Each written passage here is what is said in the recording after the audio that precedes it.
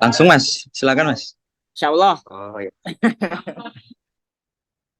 Ya, Bismillahirrahmanirrahim. Assalamualaikum warahmatullahi wabarakatuh, teman-teman semua. Ada Tegar, ada Arik, Pak D, ada Zaki Mungtarba, ada Edi, ada Fajar, ada Usama, ada Argi. Nah, ini dulu buka dulu deh. Alhamdulillahirabbil alamin wassalatu wassalamu ala Rasulillah sallallahu alaihi wasallam. Ini pada on cam dong, asik nih ngobrolnya.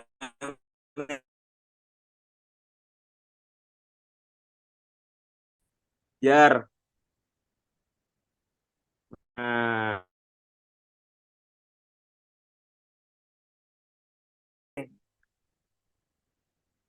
apa itu?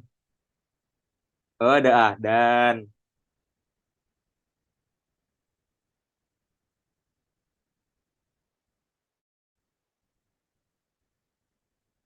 Ayo, si siapa nih? Usama harap, on cam rap. Nih, Pak D.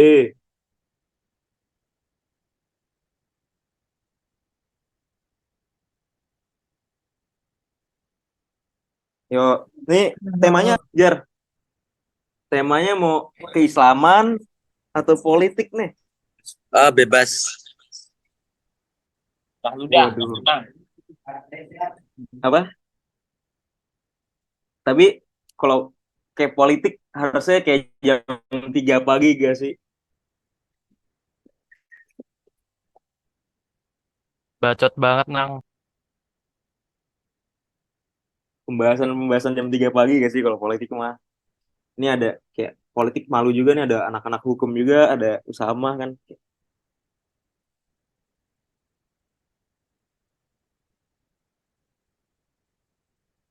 Ayo ini udah. Ya jadi alhamdulillahirobbilalamin wassalatu wassalamu ala Rasulillah sallallahu alaihi wasallam. Pantun dulu kali ya, pantun ya. Buah duku bondong. Dah kagak ada yang nyautin.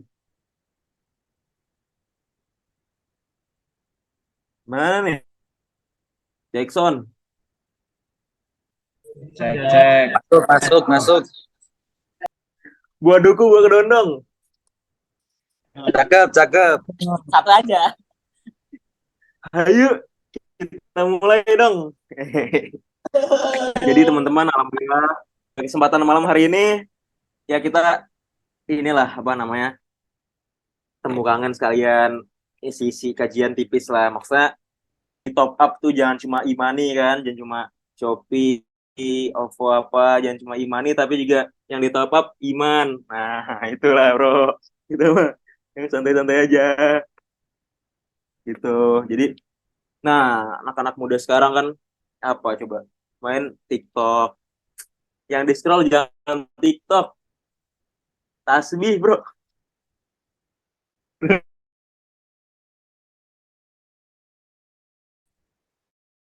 Kalau di TikTok tuh apa? Diawali dengan aman diketuh, ya ampun. Jangan dibiarkan mengawali sesuatu dengan aman diketuh. Biasakanlah dengan nawa itu. Maksudnya kalau mau mengawali sesuatu, bang, jangan aman diketuh. Biasakan dengan apa nawa itu. Berniat kita, ya kan?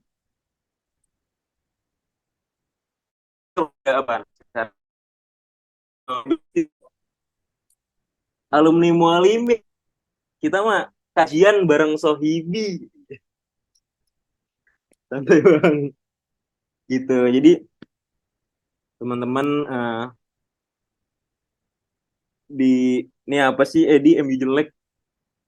Jadi di akhir semester ini apa, masa-masa mahasiswa akhir kita mungkin sering banget ngerasain tentang kayak ya banyak lah teman-teman yang udah duluan sempro lah atau duluan lulus dan lain-lain. Nah itu kan maksud orang beda-beda kan, ada yang fokusnya di keagamaan, ada yang fokusnya di ilmu kedokteran, ada yang di hukum, ada yang di pendidikan dan lain-lainnya. Sebagaimana firman Allah dalam surat Al-Baqarah, "Walikulli wijhatun wa muwalliha fastabiqul khairat." Jadi tiap-tiap orang, tiap-tiap wadah itu memiliki satu kecondongan tertentu, satu favorit, jadi suatu hal yang ia sukai. Maka fastabiqul khairat, berlombalah dalam kebaikan gitu. Jadi normal banget setiap orang punya jurusan, prodi yang beda-beda, tapi ya bagaimana kita memposisikan diri sebagai fastabiqul khairat, berlomba-lomba dalam kebaikan. Jadi setelah kita lulus, apa yang kita tonjolkan itu jangan cuma ilmu dari prodi kita, tapi juga sebagai santri dan alumni mualimin gitu. Fastabiqul khairat gitu teman-teman. Nah, di fenomena sosial ini kan juga lagi rame kan. Ya, apa ya? Politik-politik. Tapi kita jangan bahas politik lah kalau masih jam segini, kayak terlalu bahaya lah. Lagi panas juga kan. Nah, kita kayak santai-santai aja. Jadi teman-teman, eh, Allah Subhanahu wa Ta'ala itu sebenarnya tujuan kita beribadah itu, hidup di dunia ini kan semata cuma untuk beribadah. Wa ma khalaqtul jinna wal insa illa liya'budun. Dan tidaklah kami menciptakan jin dan manusia kecuali hanya untuk beribadah pada Allah Subhanahu wa Ta'ala. Tapi gimana sih sebenarnya cara kita tuh biar masuk ke surga Allah? Karena ada suatu kisah di mana seorang salafus soleh itu pada zaman dulu itu rajin beribadah teman-teman. Kayak ini yang rajin ibadah aja loh ini. Ternyata diketahui oleh malaikat bahwa seorang salafus soleh ini, orang yang rajin ibadah ini, ditakdirkan untuk masuk. Ini kisah real ini. Real cuy. Ini real cuy. Jadi dia tuh orang soleh tapi tertulis dalam lauhul mahfuznya dia sebagai ahli neraka. Lantas malaikat menyampaikan kepadanya dalam bentuk, bisa dalam wujud manusia dan lain sebagainya, menyampaikan kepadanya, kenapa kamu tetap sholat sedangkan kamu adalah penghuni neraka, udah tertulis di lauhul mahfuz. Kemudian orang ini menjawab, salafus saleh ini menjawab, tujuanku ibadah bukanlah untuk mencari surga dan neraka, tetapi untuk mengagungkan Allah. Gitu. Seketika itu juga yang tadinya di lauhul mahfuz dia adalah ahli neraka, maka tiba-tiba berubah menjadi ahli surga. Nah, ini Allah kan maha mengetahui. Sebenarnya Allah tahu kalau dia adalah ahli surga, tapi Allah ingin mengajarkan kepada kita, ingin memberi penyampaian kepada kita bahwa yang namanya ibadah itu semata-mata adalah untuk mencari ridho Allah. Jadi kalau dikategorikan tuh manusia tuh ada wa minan nasi mayaqulu rabbana atina fid dunya wa ma lahu fil akhirati min falaq. Dan dari manusia itu ada yang tujuannya itu hanya ingin mencapai dunia. Kemudian di ayat selanjutnya juga difirmankan wa minan nasi mayaqulu rabbana atina fid dunya hasanah wa fil akhirati hasanah wa qina adzabannar. Jadi ada manusia yang menginginkan kehidupan yang baik di dunia dan juga kehidupan yang baik di akhirat. Itu tingkatan yang kedua. Tingkatan yang paling tinggi itu ketika wa minan nasi mayyasri nafsahu batigha amardatillah. Dan sebagian dari manusia ada yang menginginkan hanya semata-mata untuk mencari ridho Allah. Mayyasri nafsahu batigha amardatillah. Mardotil ridho Allah. Jadi gitu teman-teman. Jadi esensi kita ibadah, esensi kita kuliah itu sebenarnya hanya untuk ibadah. Ibadah itu bukan semata-mata dimaknai sebagai sholat, zakat, itu kan ibadah maksud. Tapi kuliah juga ibadah. Nah, ibadah ini harus kita maknai sebagai mencari ridho Allah, gitu teman-teman. Jadi kalau ada yang mancing, kalau ada yang apa itu, coba diniatkan untuk ibadah kepada Allah, gitu. Waminan nasi mayasri nafsawati wa marradiyah. Maka hal ini juga sejalan dengan hadits arba'in tuh, ada keempat, ya kan? Inna ahdakum layak malu bi amali ahlil jannah hatta mayakunu bainahu wa bainahu tiro. Sungguhnya ada orang yang sepanjang hidupnya mengerjakan amalan ibadah ahli surga sampai antara dia dengan surga itu hanya satu jengkal bedanya. Faisbiku alaihil kitabu fayak malu bi amali ahlin nari fayadoha. Tapi ketika menjelang akhir hayatnya, ia mengerjakan amalan ahli neraka atau berbuat dosa. Hingga akhirnya dia masuk ke...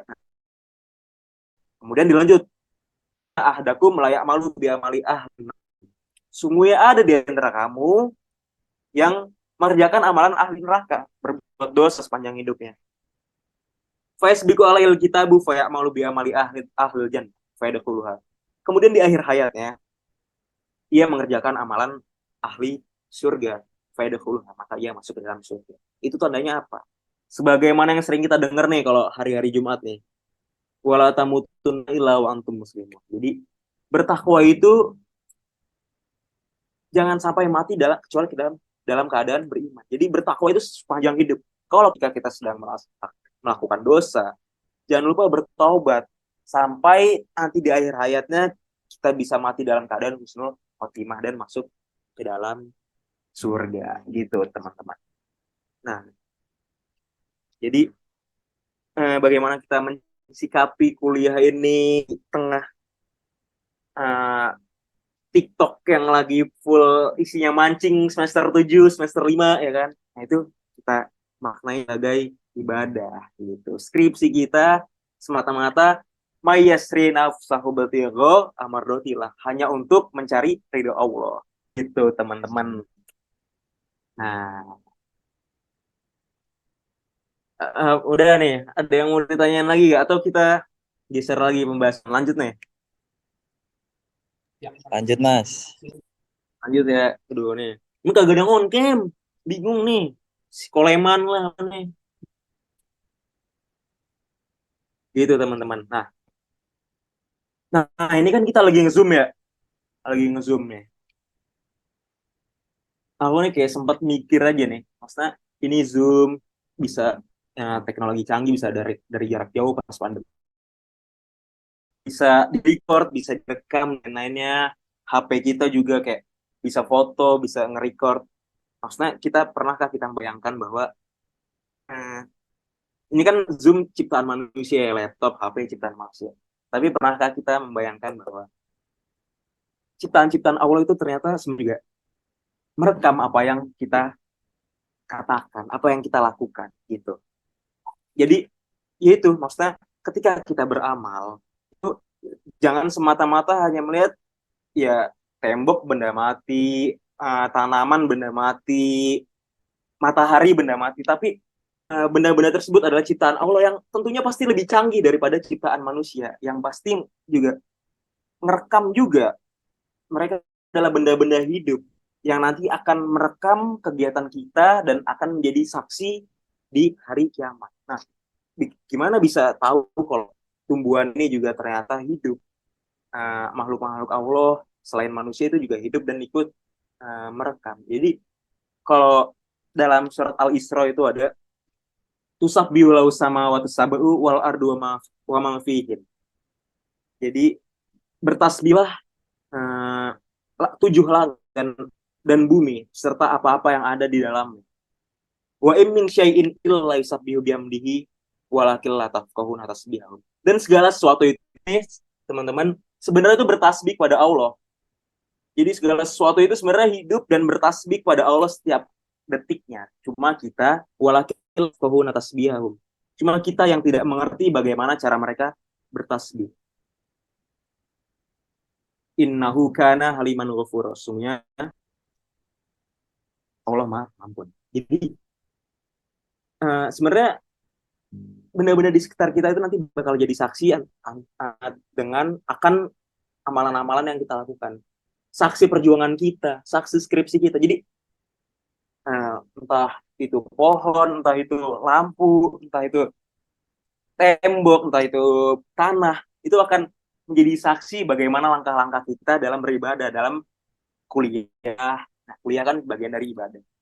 Jadi ketika kita ngerjain skripsi, ketika kita apapun itu tumbuhan bersaksi. Makhluk-makhluk Allah akan bersaksi nantinya di hari kiamat.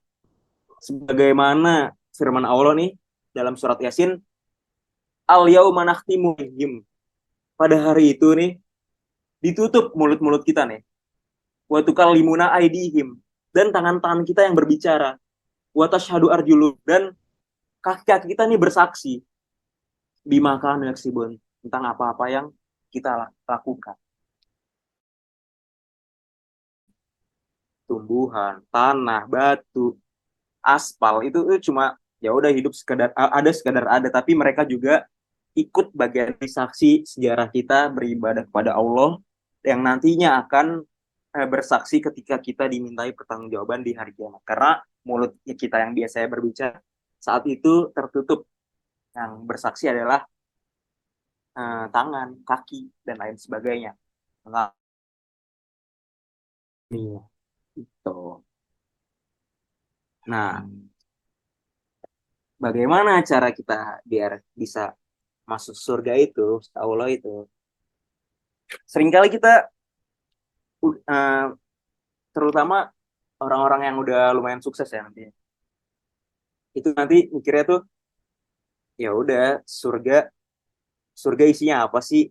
Misalnya diceritakan surga itu isinya dipan-dipan, gelas-gelas, kayak kayak sungai-sungai mengalir gitu kan. Dalam surga diceritakan gitu di dalam Al-Quran.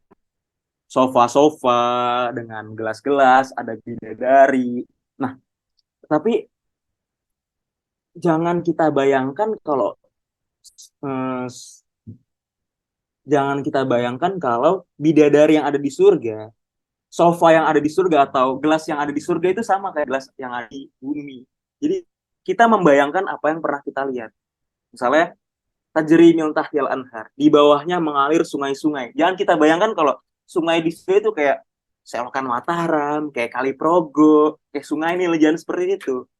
Dipan-dipan yang orang-orang bersandar, jangan dibayangkan seperti sofa-sofa yang ada di Informa, di IKEA, itu jangan dibayangkan seperti itu. Kalau ternyata sebenarnya sesuatu yang gaib, sesuatu yang tidak tampak oleh mata itu jangan dibayangkan, karena kita hanya membayangkan apa yang bisa, apa yang kita lihat. Ketika kita membayangkan, pertama misalnya disebut sofa, pasti top of mind kita adalah sofa yang pernah kita lihat, atau kita gelas yang ada di surga. Pasti pikiran pertama kita akan membayangkan gelas yang sering kita lihat atau sering kita pakai. Nah, kalau kita bayangkan seperti itu, orang-orang udah nggak masuk surga lagi. Lah, sekarang Elon Musk, Bill Gates, dan lain-lain udah punya semuanya, udah punya bahkan lebih mewah, udah punya uang segala macam, sofanya lebih mewah, gelasnya lebih mewah, bisa bikin sungai sendiri dan lain-lain, bisa bikin punya istri banyak dan lain-lain, punya simpanan. Nah, kalau surga, apa yang ada dalam surga kita bayangkan secara konkret, nah itu orang-orang jadi malas masuk surga. Ngapain di surga? Di dunia aja kita udah dapat semuanya, kan gitu kan. Makanya jangan kita bayangkan. Tapi surga adalah ciptaan Allah. Tentunya perumpamaan bahas sofa, sungai mengalir di bawahnya, pohon-pohon rimbun itu hanya perumpamaan yang tentunya jauh lebih mewah daripada bayangan kita yang ada di dunia. Karena otak manusia, akal manusia, kemampuan berpikir manusia hanya sebatas pada apa yang pernah kita lihat. Jadi ketika disebutkan sofa, ya sofa tuh kayak gini. Sofa yang nyaman tuh kayak di IKEA, sofa yang nyaman tuh kayak di S Hardware, kayak di Informa gitu. Padahal sofa yang di surga yang dimaksud tuh tentunya jauh lebih nyaman daripada sofa yang kita bayangkan gitu. Jadi gitu teman-teman. Jadi tips biar kita bersemangat masuk surga itu adalah itu mencari ridho Allah, bahwa apa yang akan kita dapatkan nantinya pasti itu adalah yang terbaik, bukan apa yang kita bisa bayangkan, tapi melampaui, beyond reasonable doubt, melampaui dari apa-apa yang pernah kita bayangkan sebelumnya. Gitu teman-teman. Deh. Lanjut gak nih? Ini pada kagak ada yang ngomong.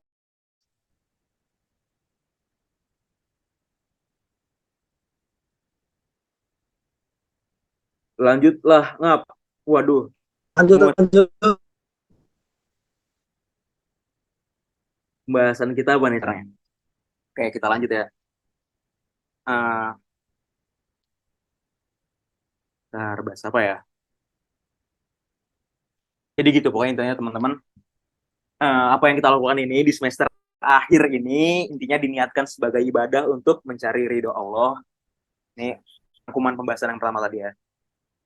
Yang kita lakukan skripsian atau mungkin sempro atau mungkin lomba dan lainnya itu dimaknai sebagai ibadah karena ibadah bukan hanya terbatas sebagai ibadah mahdoh tapi juga apa yang kita hidup di dalamnya wa ma khalaqtul jinna wal insa illa liya'budun. Semua yang kita lakukan dalam kehidupan ini adalah bentuk ibadah yang semata-mata tingkatan tertingginya adalah untuk mencari ridho Allah. Nah, apabila kita melakukan yang demikian itu, lakukanlah sampai kita mati, teman-teman. Jadi karena tidak mungkin seorang bisa mati dalam keadaan beriman kecuali sepanjang hidupnya beriman. Nah, tapi kalau kita melakukan kesalahan atau dosa, maka tobatlah sampai ketika kita bertaubat, insya Allah kita bisa mati dalam keadaan husnul khotimah. Karena uh, tidak tahu kapan kita bisa mati dalam keadaan apa itu, tapi ketika kita memiliki kesempatan bertobat, maka taubatlah seperti yang tadi saya katakan, inna ahdakum layak malu bi amali ahlin nari hatta mayakunu bainahu bainaha illa dirau. Sungguhnya ada seorang yang mengerjakan amalan ahli neraka, mengerjakan dosa, sampai antara dirinya dengan neraka itu satu jengkal, fasbiqalaihil kitabu, tetapi telah ditetapkan kayak malu bi amali ahlil jannah fayadkhulu. Maka ia melaksanakan amalan, ia bertobat dan melaksanakan amalan ahli surga dan ia masuk ke dalam surga. Itu alurnya gitu. Nah, biar semangat surga gimana sih? Nah, itu kita bayangkan kalau ya surga itu adalah isinya melebihi dari bayangan kita nggak bisa bayangin. Jadi biar kita makin semangat beribadah gitu. Jadi yang kita unggulkan bukan cuma prodi-prodi kita, bukan cuma keahlian kita, tapi juga tetap berada dalam jalur ibadah pada Allah Subhanahu wa taala, diniatkannya seperti itu. Gitu. Itu pembahasan yang pertama gitu, teman. Terus lanjut juga nih kita pembahasan pertama itu tentang motivasi melanjutkan kuliah biar sampai tuntas. Nah, gitu. Tapi dimaknai dalam hal ibadah.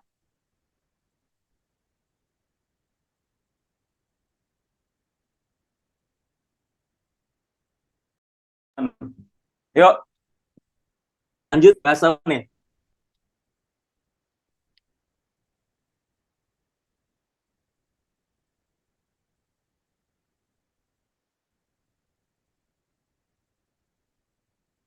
Oh, Arif no udah pakai kemeja Arif. Lanjut, Mas Lanang. Kita lanjut. Ntar dulu. Temanya apa ya? Tadi udah tuh tentang Islaman tuh masuk tuh. Degradasi moral. Nah itu tadi kan di awal sebenarnya udah jelasin nih. Mahasiswa banyak yang nggak benar ini. Yang di top up itu jangan cuma imani, bro. Jangan cuma Shopee, jangan cuma OVO. Jangan cuma iman. Di top up itu iman. Ya ampun. Ya kan? Yang di scroll jangan TikTok, Mas Arif. Tasbih di scroll. Ya kan?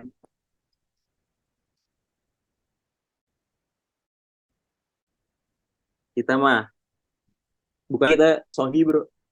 Ya kan? Tipis-tipis saya. Tahu apa lah ya bang. Nah gitu. Maksudnya daripada memulai video dengan amat dikit tuh, memulailah sesuatu dengan nama itu. Ya. gitu kita ya, betul. Nah, sekarang kalau kita bahas apa nih ya? Masa mau politik nih? Mungkin kalau misalnya udah bisa dilanjut sesi pertanyaan aja, Mas Lanang. Nah, pertanyaan nih. Maksudnya kalau bahas misalnya kayak putusan MK dan lain-lain kan kayak enak ya. Karena ada apa yang terjadi? Zaki Tottenham nih lambangnya nih. Apa coba? Mungkin Ya, aku mau sedikit bertanya mau Mas nanya. Lanang sama tadi yang disampaikan.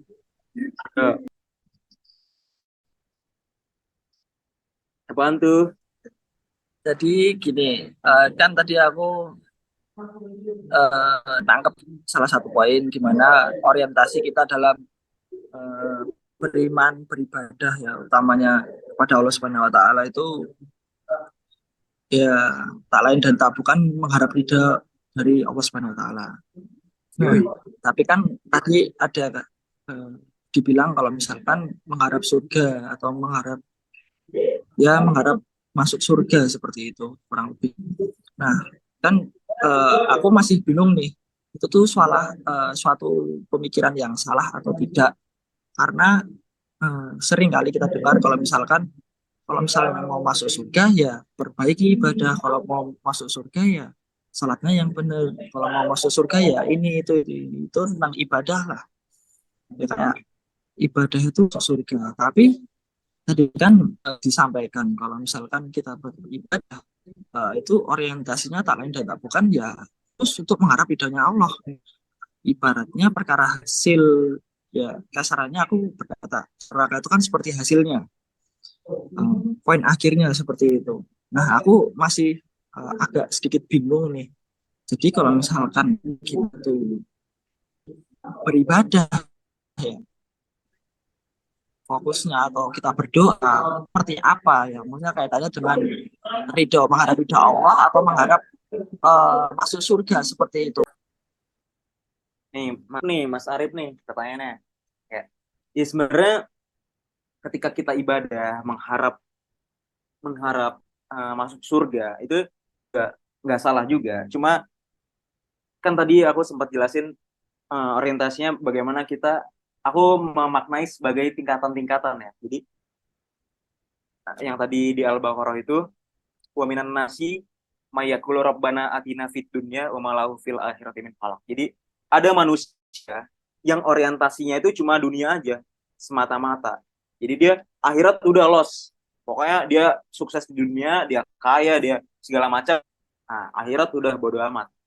Yang kedua, wa minan nasi mayakulu rabbana atina fid dunya hasanah. Jadi manusia ini berdoa ingin mendapatkan kehidupan yang baik di dunia. Jadi dunianya baik dari segi kehidupan, dari segi ekonomi. Terus dilanjut wafil akhirati hasanah dan juga akhiratnya baik. Jadi ibadahnya juga jalan, dia juga ingin masuk surga dan lain-lain. Jadi antara kehidupan dunia dan akhiratnya dia ingin mendapatkan kehidupan yang baik, kehidupan yang seimbang. Jadi itu. Wakina adzabannar dan dijauhkan dari api neraka. Jadi yang sering kita doa tuh kalau tiap kali berdoa pada kedua orang tua. Nah, terus dilanjutin, aku maknai sebagai ini tingkatan pertama sih. Waminan nasi mayasri nafsahu batigo amardotil. Tapi ada juga manusia yang semata-mata itu mencari ridho Allah. Mayasri nafsahu batigo amardotil. Keridhaan Allah Subhanahu wa taala. Jadi aku memaknai, nah dari tiga tingkatan itu, kenapa saya maknai itu sebagai tingkatan kalau kita mengorientasikan kehidupan. Nah, itu karena tadi hadis arba'in tadi. Jadi ada orang yang udah mengerjakan amalan kebaikan, tapi di akhir hayatnya justru dia mengerjakan keburukan gitu. Jadi mungkin karena orientasinya sebatas surga dan neraka. Jadi ketika dia mau mengerjakan amalan keburukan di akhir hayatnya, justru dia malah masuk neraka. Sedangkan ada juga orang yang sepanjang hidupnya berbuat dosa, tapi dia mengerjakan amalan ahli surga. Hingga akhirnya dia masuk ke dalam dalam sepanjang hidupnya melakukan amalan ahli neraka hingga di akhir hayatnya dia mengerjakan amalan ahli surga. Jadi akhirnya dia masuk surga. Jadi sebenarnya kan surga neraka itu hak prerogatif Allah. Jadi aku memaknai bahwa bagaimana kita mencuri hati Allah biar Allah kayak senang gitu loh dengan amalan-amalan yang kita lakukan. Nah, ibadah itu bukan dimaknai hanya sebatas sholat, zakat, puasa, haji, tapi juga semua hal yang kita lakukan dalam hal kebaikan itu harus dimaknai sebagai ibadah. Jadi segala yang sesuatu yang kita lakukan itu, yaitu kalau aku maknanya untuk mencari ridha Allah, ngerjain skripsi, kuliah, makan, tidur, nah itu aku maknai sebagai untuk mencari ridha Allah dan semata-mata yaitu tujuan hidup manusia, penghambaan. Jadi kalau menurutku surga neraka itu hak prerogatif Allah, tapi kita kalau kita suka sama seseorang kan gimana nih biar orang itu suka balik kan. Masalah diterima atau enggaknya kan nanti. Bagaimana orang itu tertarik sama kita. Sama, kita juga ingin mencari ridha Allah, bagaimana Allah juga senang dengan amalan-amalan yang kita lakukan. Oh, ini hamba ini nih rajin ibadah, sholatnya, tahajud, dan lain-lain. Skripsiannya rajin, ibadah, kuliahnya semangat, ngerjain tugas semangat, dan itu dalam hatinya juga ya untuk semata-mata mencari ilmu, menuntut ilmu, dan mendapatkan keridhaan Allah. Akhirnya Allah pun, wah, ya udah, jadi seneng sama kita gitu. Sebenarnya nggak ada yang nggak salah juga kalau ingin mengharap surga. Cuma kalau ditingkatkan, dimaknai lebih luas lagi kan lebih kayak keren aja gitu. Gitu Mas Arif. Kalau aku maknanya gitu. Oke, teman-teman yang lain mungkin ada yang mau nanya atau mau diskusi, boleh banget. Monggo teman-teman yang lain yang mau nanya, mumpung bisa ketemu secara online dengan Zaki nih, Ahdan, Agi, Fajar Ramadan, ini RSH. orang-orangnya di sini Mas Anang. Oh, pada di situ. Ya, Cara apaan sih? fasilitator GA Oh, pada maksudnya SMA. Ada Arba, ada Ida, ada Ahdan, ada Fajar, ada ya rame. Ada pertanyaan dari Mas Zaki itu Mas Anang. waduh, nih berat ini. Tottenham. Ini DA kelas 3 ya, berarti ya? DA kelas 4 yang dulu waktu itu kita di Kuncen, atau sekarang ini di Madrasah. Mau tanya, untuk kehidupan di masa depan besok, lebih baik prioritasin arahan orang tua atau ambisi diri sendiri. Yes. Mantap nih, bohong nih Zaki nih, sebenarnya dia bisa jawab sendiri nih, sosok mancing nih. Iya sebenarnya kan eh, ridho Allah, ridho orang tua. Jadi bagaimana pastinya orang tua tuh menginginkan yang terbaik bagi kita. Nah itu orang tua udah ridho, insya Allah Allah juga ridho. Tapi itu bagaimana kita bisa eh, menambung berdiskusi dengan orang kita dengan cara yang baik. Jadi gitu. Jadi misalnya orang tua kita pengen yang ini, sedangkan keinginan kita lain. Nah itu kan bagaimana kita cara berdiskusi dengan baik, sampaikan dengan baik. Insya Allah kalau kita bisa menyampaikan dengan baik, orang tua juga mengerti. Kecuali kalau diperintahkan dalam hal keburukan, maka kita wajib untuk menolak perintah orang tua tersebut. Gitu. Umiro dimaksiatin fala sam'a wala ta'ata. Itu bukan hanya orang tua, tapi kalau pemimpin juga memerintahkan kepada kemaksiatan, maka janganlah didengar dan janganlah ditaati. Gitu. Jadi bagaimana kita berdialog sebagai manusia, itu kan ya itulah kita sebagai manusia masih bisa mendiskusikan sesuatu. Tapi pastinya orang tua tuh pengen yang terbaik buat anak. Nah, tapi kalau kita menginginkan eh, cita-cita lain atau tujuan lain, ya itu kan tinggal bagaimana kita berdiskusi dengan orang tua Mas Zaki. Bohong nih dia bisa jawab sebenarnya. Sosok nanya nih. Terus kalau orang tua nyuruh kita milih paslon tertentu tapi kita nggak nurut. Nah, pasangan calon adalah hak ini ya. Maksudnya itu kan hak hak konstitusi ya. Jadi hak konstitusi seseorang adalah hak untuk memilih dan hak untuk dipilih. Jadi sebenarnya itu nggak bisa di uh, interpret apa sih namanya intervensi oleh orang lain. Jadi hak untuk memilih dan hak untuk dipilih adalah hak konstitusi yang dijamin oleh Undang-Undang Dasar 1945 gitu. Jadi ya kita jelasin aja, loh ini kan kita memilih ini, ini, ini. Dan tentunya kalau memilih pasangan calon presiden atau wakil presiden tertentu itu ya yang perlu dipertimbangkan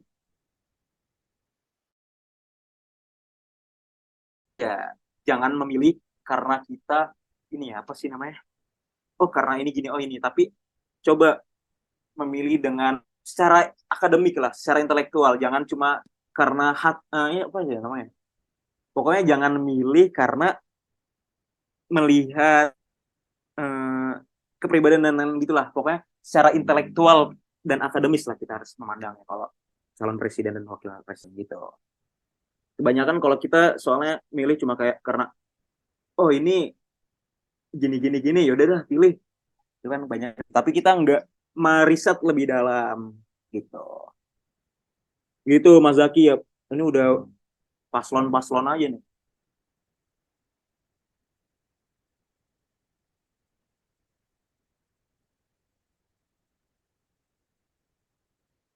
gimana teman-teman ada yang mau nanya atau tentang bebas tentang apa ya hukum boleh misalnya itu kok bisa Gibran tiba-tiba jadi cawapres nah itu bisa itu nah nah, gitu kalau udah nggak ada ya udah sih Aku mau coba tanya lagi, nah nyangkut sama pertanyaanku yang pertama tadi yang udah jawab tentang orientasi berpikir dalam kita beribadah kepada Allah. Pertanyaanku yang kedua ini gini Mas Lanang, kan setelah kita tahu ya gimana cara berpikir logikanya kita beribadah pada Allah. Nah, tadi Mas Lanang kan ya coba ngobrol misalnya bahkan kita tuh hadirkan Islam kayak secara nggak langsung tuh apa yang kita lakukan dalam kehidupan sehari-hari itu niatkan untuk beribadah kepada Allah seperti itu. Nah, tapi pada nyatanya yang kita, yang mungkin yang aku lakukan dan teman-temanku sekitar lingkunganku sekitar itu kan masih sangat jauh dari melakukan ibadah yang wajib pun masih jarang seperti itu. Tapi coba aku mau menelisik sedikit. Jadi gini, uh, kita tuh merasa beribadah pada Allah waktu terkadang kalau misalkan waktu ada cobaan, ada bencana atau sedang diuji. Kadang kita tuh baru tergerak untuk beribadah secara lebih 2 kali lipat dari biasanya. Kan tadi pas sakit atau apapun, nah baru. Nah, gimana kita mau menghadirkan pemikiran yang seperti itu di kita belajar, di kita mau ujian atau apapun itu. Sedangkan ya dalam ibadah-ibadah yang wajib tuh kita masih belum untuk kesadaran kita dalam beribadah itu masih kurang seperti itu. Misal mau belajar, kita besok ujian nih. Mau belajar kan ya nyatanya yang kita lakukan ya pengen belajar pengen besok nilainya bagus seperti itu. Padahal kalau misalkan kita belajar tapi dengan awalan niat yang ya mengharap ridha Allah, belajar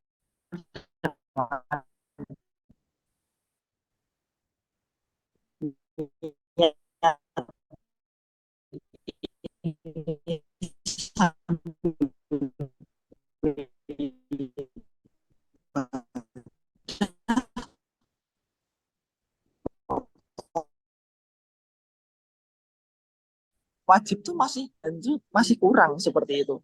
Kita otomatis kan nggak bisa Oke. menyadarkan ke arah yang sana seperti itu. Itu gimana Mas Lanang? Oke, kalau dari aku sendiri, sebenarnya eh, segala sesuatu itu pasti ada baik dan buruknya. Fa'alhamaha fujuroha wa taqwaha. Dan diilhamkan tentang sesuatu yang buruk dan ketakwaan.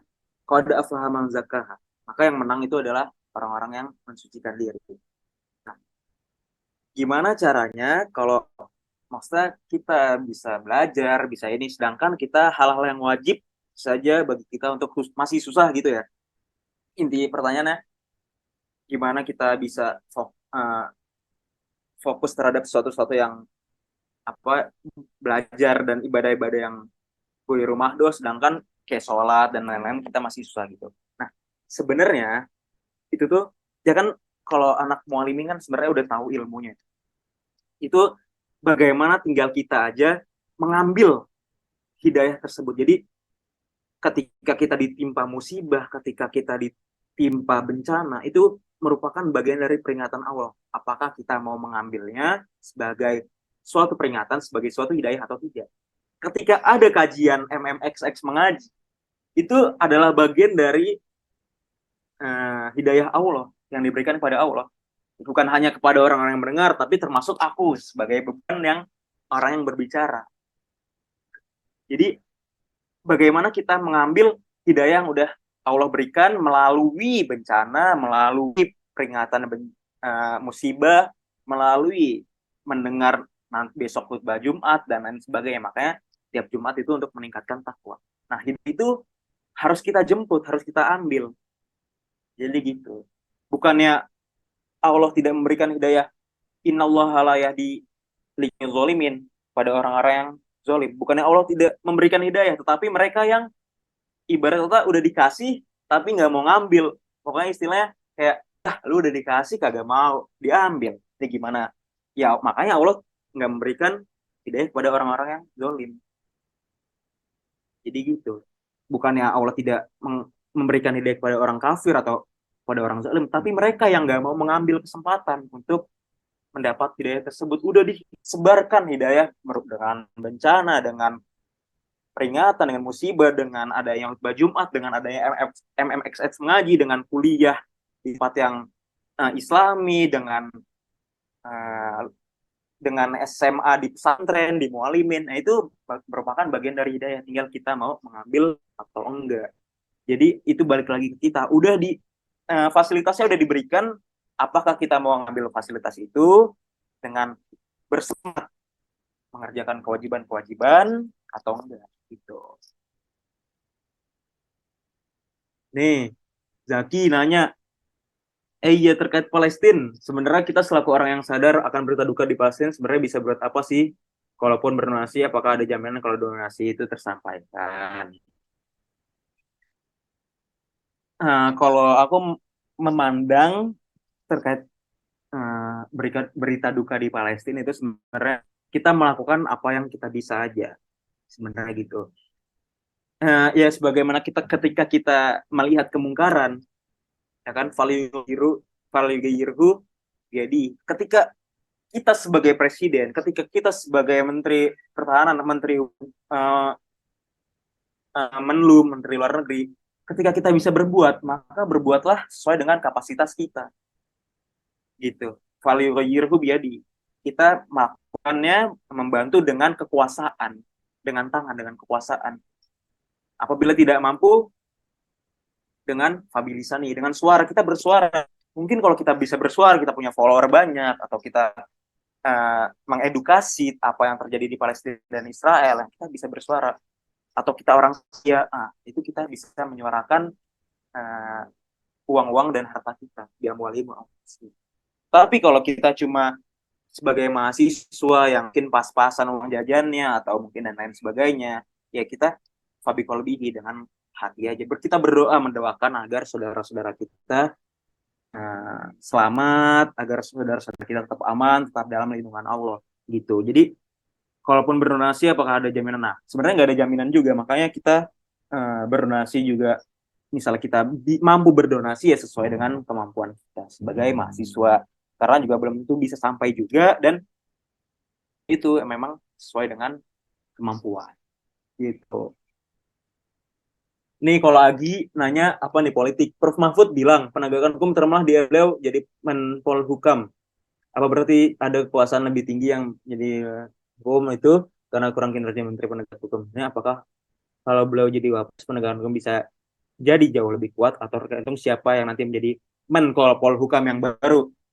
Nah, kalau yang aku pelajari sebenarnya jangan mengharapkan satu sosok di Indonesia ini baik presiden atau cawapres atau menteri yang bisa mengubah Indonesia benar-benar menjadi negara yang adidaya atau negara yang benar-benar sehat, balatun toyibatun warabun gofur lah.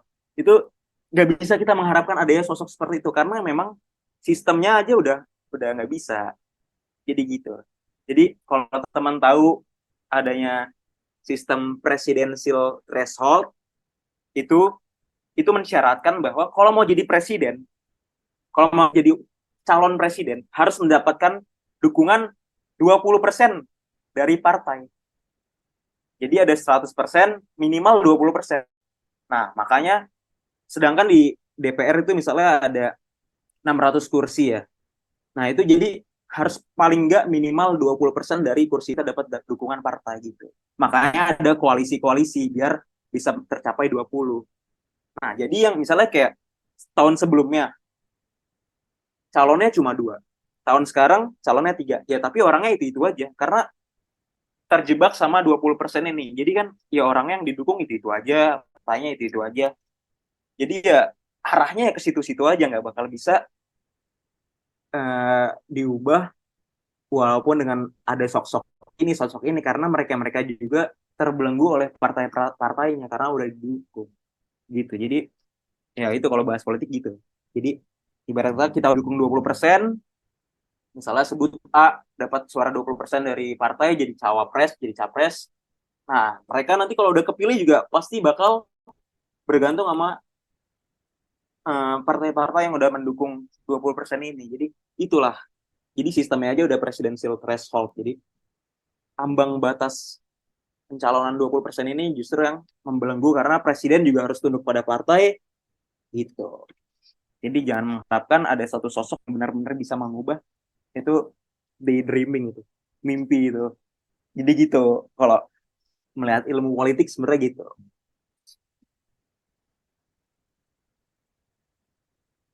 Gimana? Udah cukup? Agi nih udah bahas politik nih. Tapi coba Mas Anang, kalau jawaban dari Mas Anang sendiri melihat politik sesuai dengan pertanyaan Mas Agi itu yang on point-nya aja gimana? Ya, maksudnya kita sharing juga diskusi kan saling coba tahu pendapat orang lain kayak gimana. Ya kan? Yang Mahfud MD itu apakah penegakan hukum nanti bakal lebih kuat? Terus kalau misalkan apa sesuai dengan Menko Polhukaminya itu Berarti ya jawabannya ya sama aja. Apakah kan pertanyaannya apakah kalau beliau jadi wapres penegakan jadi jauh lebih kuat? Sama aja, nggak bakal bisa. Ya gini-gini aja. Kita karena terbelenggu oleh misalnya kita udah misalnya aku nyalon didukung oleh teman-temanku, ya otomatis nanti 20 aku ini juga kalau udah kepilih kayak seakan-akan bahasa kasar dikendalikan oleh yang pendukung 20% ini di parlemen ini 20%. Karena emang syarat menjadi capres dan cawapres itu mendapat dukungan 20% dari parlemen itu. Ada presidensial threshold namanya. Jadi makanya calonnya kan tahun lalu udah Prabowo, tahun ini Prabowo lagi. Ya orang itu aja karena memang 20%-nya koalisinya.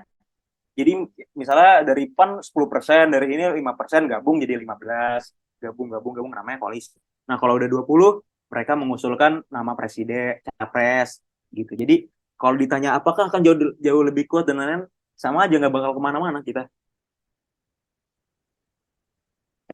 Gitu. Kalau ditanya apakah akan lebih kuat ya nggak bakal kemana-mana juga, bakal ya sama-sama gini-gini aja. Nah, lah terus kalau gitu berarti antara memilih maupun golput nggak bakal berpengaruh untuk politik Indonesia. Nah, aku juga sebenarnya menanyakan hal yang sama nih kayak pertanyaan Mas Zaki. Terus kalau secara teorinya gitu tuh gak bakal berpengaruh untuk politik Indonesia. Wah, oleh karena itu maka sudah menjadi tugas kita melakukan hal kecil dari mulai pendidikan, dari mulai kita kuliah dan lain-lain itu kita untuk memperbaikinya seperti itu. Tapi untuk misalnya kayak bagaimana cara memperbaiki Indonesia ya kita lakukan dengan hal-hal yang kita bisa. Jadi kita rajin belajar, rajin ibadah. Kita memperbaiki dari hal-hal kecil. Terus kalau pertanyaannya fokus ke, terus kita mau milih siapa dong? Nah, itu ikuti kata hatimu. Didasarkan dengan keilmuan, akademik, dari berbagai macam pertimbangan. Jangan cuma karena, oh Pak Mahfud karena dia lulusan UII. Oh Pak, misalnya aku kan UII. Milih Pak Mahfud lah karena lulusan UII. Nggak masuk akal milih kayak gitu. Tapi pilihlah sesuai dengan berbagai macam pertimbangan, kriteria, bisa dengan akademik atau lain sebagaimana. Yang terakhir adalah ikuti kata hatimu gitu. Gitu Zak. Jadi sebenarnya ya gitu.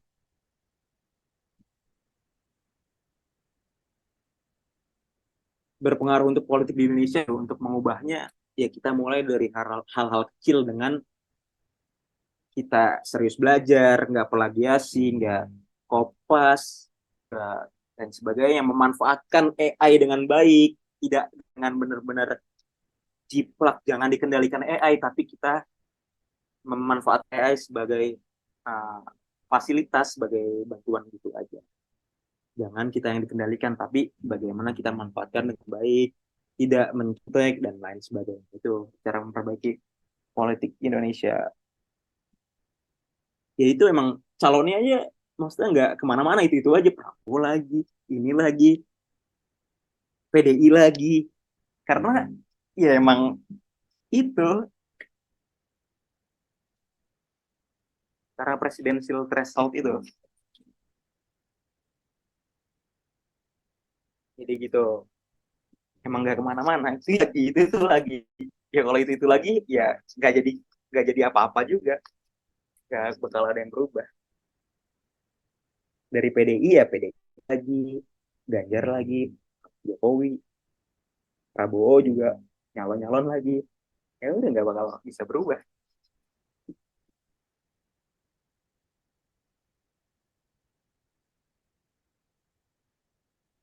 Gitu.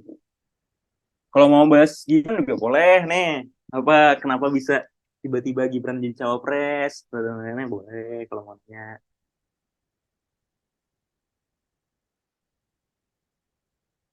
Kalau udah cukup ya udah aman.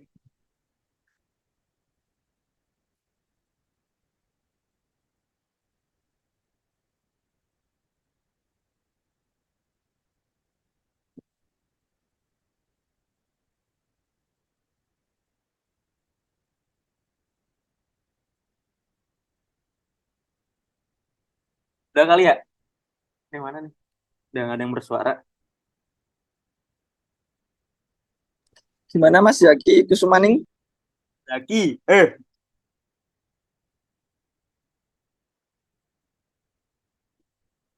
sampun masih. Ya udah ditutup aja ya. Maksudnya sebelum saya tutup, karena diawali dengan pantun, maka ini pantun juga nih. Jalan ke kutub nemu kaktus. Jalan ke kutub nemu kaktus. Cakep. Sebelum saya tutup, adakah 100? Habis makan langsung minum. Assalamualaikum. Waalaikumsalam warahmatullahi wabarakatuh.